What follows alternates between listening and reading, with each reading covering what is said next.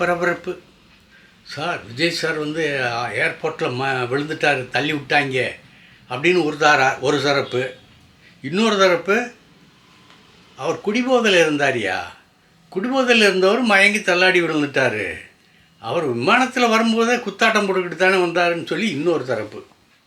இந்த ரெண்டு தரப்பை பற்றி நமக்கு கவலை இல்லை. ஏன்னா ரெண்டு தரப்புமே ரெண்டு வித சக்திகளால் ஆட்டுவிக்கப்படுகின்றன என்பது தான் உண்மை. அமித்ஷாவினுடைய ஆணையின்படி பத்திரிகை உலகம் அவர் பக்கம் இருக்குது. எப்படி செய்தி போடணும், விஜய்க்கு எதிராக செய்தி போடக்கூடாதுங்கிற அந்த ஒற்றை வரி உத்தரவில் இன்றைக்கி பெரிய பத்திரிகைகள்லாம் அதன்படியே தான் இயங்குது. ஆனால் ஆங்கில பத்திரிகைகளில் அந்த மாதிரி கண்டிஷன் போட்டால் அவங்க கேட்க மாட்டாங்கங்கிறது தெரியும். சரி, அவர்களுக்கு வேண்டியது தமிழ் பத்திரிக்கை. அந்த தமிழ் பத்திரிகைகளில் லீடிங் பத்திரிகையவே அவங்க வசம் கொண்டு போயிட்டாங்க.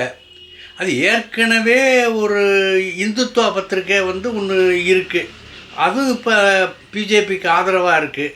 அந்த பிஜேபிக்கு ஆதரவாக இருக்கும்போது அந்த நடிகரை தன்வசம் கொண்டாடணும்னு சொல்லி அது மூலம் ஒரு அஜெண்டா கொடுத்துருக்காங்க. அந்த அஜெண்டா படி அந்த இது பண்ணுது. சரி, இதெல்லாம் பற்றி நம்ம ஏன் பேசிக்குவானே, ஏன்னா அவர்கள் எப்படியும் ஒரு நாள் களத்துக்கு வரத்தான் போகிறார்கள், அப்பொழுது நம்ம சந்திக்கத்தான் போகிறோம். ஆகையினால் அதை பற்றி நம்ம பேசி நம்ம டயத்தை வீண் பண்ண வேண்டாம். ஏன்னா இது ஒரு முட்டாள்தனமான ஒரு பழப்பரிச்சை. இது பத்திரிகைகள் தான் அதை நடத்துகிறதே தவிர ரியலாக மக்கள் யாரும் அதில் கொஞ்சம் கூட ஈடுபாடு இல்லை, இன்ட்ரெஸ்ட் இல்லை. எவன் போனால் என்ன, எவன் போனான்னா நாளைக்கு நமக்கு சோறு வேணும், வயிற்றுக்கு அரிசி வேணும், அதை பார்ப்போம் அப்படிங்கிற நிலைமையில் தான் மக்கள் போய்கிட்டு இருக்கார்களே தவிர, இந்த ரசிகர்கள் சொல்லப்படுகிறவர்கள் தங்களுடைய நடிகருக்கு ஆதரவான ஒரு செயல்களில் ஈடுபட்டிருக்காரு. சரி, அது வந்து ஆளுங்கட்சி எப்படி சமாளிக்க போகுது, மற்ற கட்சிகள் ஆளுங்கட்சியோட கூட்டணிகள் எப்படி சமாளிக்க போகுது அப்படிங்கிறத நம்ம பார்க்கலாம். இதற்கிடையே ஆளுங்கட்சியினுடைய சேர்ந்த கூட்டணியில் பிளவு, அங்கே இது, அங்கே எதிர்ப்பு, அங்கே காங்கிரஸ் மேலிடம் ஒருத்தர் ஆரம்பிச்சிச்சு, அவர் வந்து ஒரு நடிகரை போய் சந்தித்து பார்த்து பேசினார் அப்படின்னு அது ஒரு தரப்பு. ஒரு இப்படியெல்லாம் கிளை விட்டு செய்திகள் பொய்களை பரப்பிக்கிட்டு இருக்குது. அதை பற்றி நமக்கு கவலை வேணாம். உலகநாயகன் கமல்ஹாசனுடைய அடுத்த படம் எப்போ அப்படிங்கிறது இன்றைக்கி நேற்று வந்து ஒரு முக்கியமான ஒரு முடிவு வந்தது. அதாவது வெற்றிமாறன் இயக்கத்தில் உலகநாயகன் நடிக்க போகிறாரு அப்படிங்கிற ஒரு தகவல் வந்தது. ரெண்டு பேருமே சந்தித்து பேசிட்டாங்க.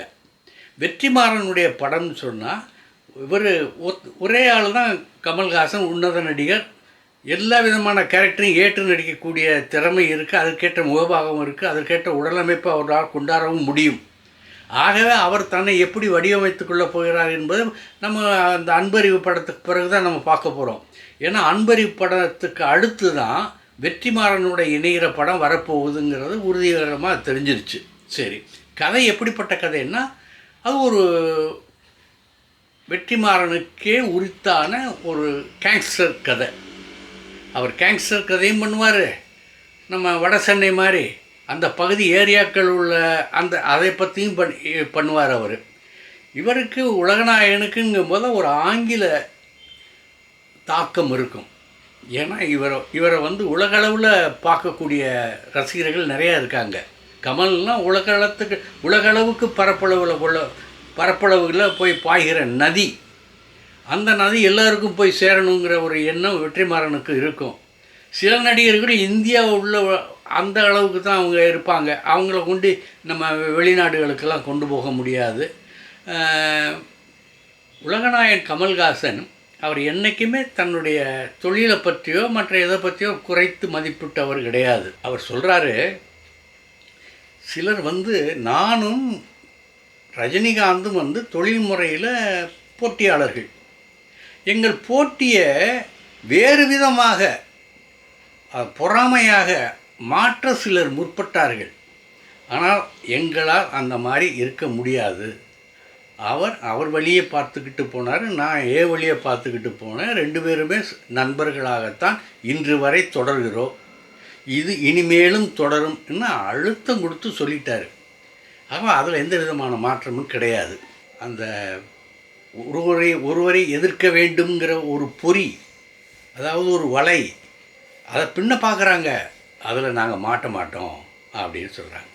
சரி, ப்ரொடியூசர் என்கிற முறையில் நீங்கள் தொடர்ந்து படம் தயாரிப்பீங்களா, இல்லை இந்த தலைவலியை எதுக்கு அப்படின்னு சொல்லி அப்படியே தவிர்த்து விட்டுருவீங்களா அப்படின்னு இன்னொரு புத்திசாலித்தனமான ஒரு கேள்வியை கேட்குறாரு ஒருத்தர். அதுக்கு அவர் சொல்கிறாரு, தலைவலியை ரசிப்பதில் தானே நானும் இருக்கேன், அந்த தலைவலியை தீர்ப்பதில் தானே எனக்கு ஆர்வம் இருக்கும். ஆனால் அந்த தலைவலியை நான் ஒன்றும் பெருசாக கருதலை. புதிய உத்திகள் இங்கே சினிமாவுக்கு வரணும், அதுக்காக நான் பாடுபடுறேன், அதுக்காக நான் எவ்வளோ வேணாலும் செலவு பண்ணுவேன். அந்த புதிய உத்திகள் இங்கே கொண்டாடணும், அது தமிழர்களுக்கு பயன்படணும், இந்தியர்களுக்கும் பயன்படணும் அப்படின்னு அவர் கமல்ஹாசன் சொல்கிறாரு. நான் எதை செய்ய வேண்டும் என்று விரும்புகிறேனோ அதை செய்யும் பொழுது தலைவலியை பற்றி நான் ஏன் நினைக்கணும்? நான் ஒன்று செய்ய விரும்புகிறேயா, அதையே நான் செய்யும்போது அதனால் வரக்கூடிய தலைவலியை பற்றி நான் ஏன் சிந்திக்கணும் அப்படின்னு இன்னும் கொஞ்சம் அழுத்தம் கொடுத்து அவர் பதில் இருக்குது, அந்த பதில் இருக்குது. சரி, நான் நடிகனாக வேண்டும் என்கிற எண்ணத்தில் சினிமாவுக்குள் நுழையவில்லை. என் லட்சியங்கள் மக்களை சென்றடைய வேண்டும் என்கின்ற எண்ணத்தில் தான் நான் சினிமாவிற்கு வந்தேன், அதை நான் செய்து கொண்டிருக்கின்றேன் என்கிறார் உலகநாயகன் கமல்ஹாசன். இது ஒரு தீர்க்கமான ஒரு முடிவை எடுத்திருக்கிறாரு உலகநாயகன் கமல்ஹாசன். அதில் இருந்து அவர் என்றைக்கும் பின்வாங்க போவதில்லை. அதற்காக என் லட்சியங்களை மக்கள் மீது திணிக்க மாட்டேன், ரசிகர்கள் மீது திணிக்க மாட்டேன். இதுதான் முக்கியமாக கருதணும், முக்கியமாக நினைக்கணும். நான் ஒரு அரசியல் கட்சி ஆரம்பிச்சிட்டேன், அதுக்காக என்னுடைய எண்ணங்களையெல்லாம் அவங்க மேலே திணிக்கணும், அதெல்லாம் கிடையாது. என் எண்ணங்களை திணிக்க மாட்டேன், என் எண்ணங்களை சொல்லுவேன். அவர்கள் ஏற்றுக்கொள்கிறார்களா, ரைட், ஓகே. ஏற்றுக்கொள்ளவில்லையா, சிந்திக்கட்டும்.